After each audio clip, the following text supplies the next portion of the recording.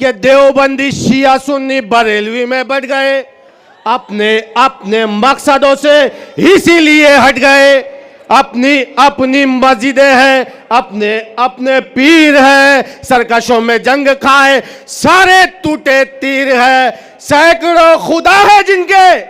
आपने देखा होगा कि सेंट्रल हल्के में क्या हुआ, आपने देखा होगा कि कल ईस्ट हल्के में क्या हुआ। 30 उम्मीदवारों ने उम्मीदवारी फॉर्म वापस लिया। आपको बड़ी शर्म के साथ मैं कहना चाहता हूं कि हम लोग हमारे भाई कलमगो भाई को समझाते समझाते नाक में दम आ गया। तो सैकड़ों खुदा है जिनके एक जगह खड़े हैं, एक खुदा वाले सारे बिखरे हुए पड़े हैं। दास्तां मैं तुमको सुनाने आज आया हूं, सोए हुए शेरों को जगाने आज आया हूं।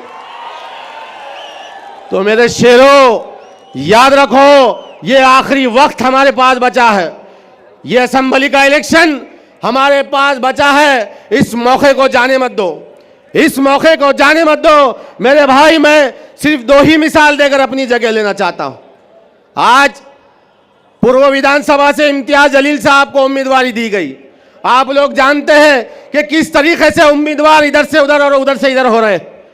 जैसे असदुद्दीन ओवैसी साहब ने बताया कि बंदर ये झाड़ से वो झाड़ और वो झाड़ से ये झाड़ कूदिया मार रहे हैं, तो उसी तरीके से आज उम्मीदवार चेंज हो रहे हैं। मैं कांग्रेस की बात कर रहा हूं, मैं कांग्रेस की बात कर रहा हूं, मैंने साइकिल की बात नहीं कर रहा हूं, मैं कांग्रेस की बात कर रहा हूं।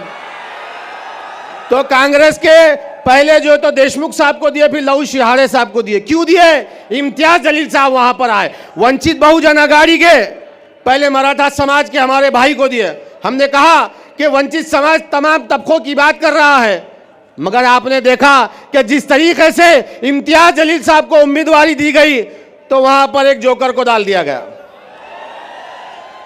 मैंने कहा था उनको कि तुम अगर बेगमपुरे के तो मैं भी किराड़पुरे का हूं, याद रख ले। मैं भी किराड़पुरे का हूं, छोड़ने वाला नहीं हूं किसी को भी।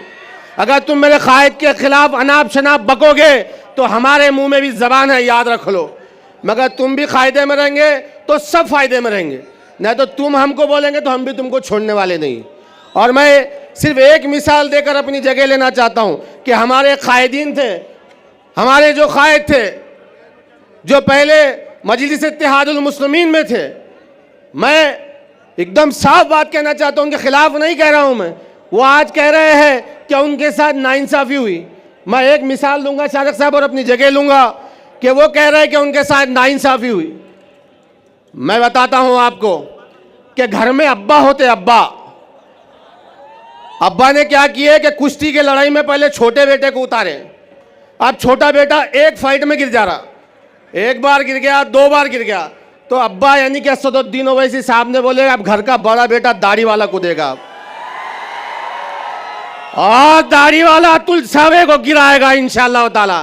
तो छोटा बेटा बोला नहीं नहीं नहीं, मेरे साथ गलत हो रहा, मेरे को और एक बार लड़न दो। ऐसा नहीं होता भाई, 2 बार आपको दिए, अब नहीं देते, अब दूसरे को बड़े बेटे को देते, वो इंशाअल्लाह ये दीवार गिराएगा। तो मैं आपको साफ तौर पे बस एक बात कहूंगा और अपनी जगह लूंगा।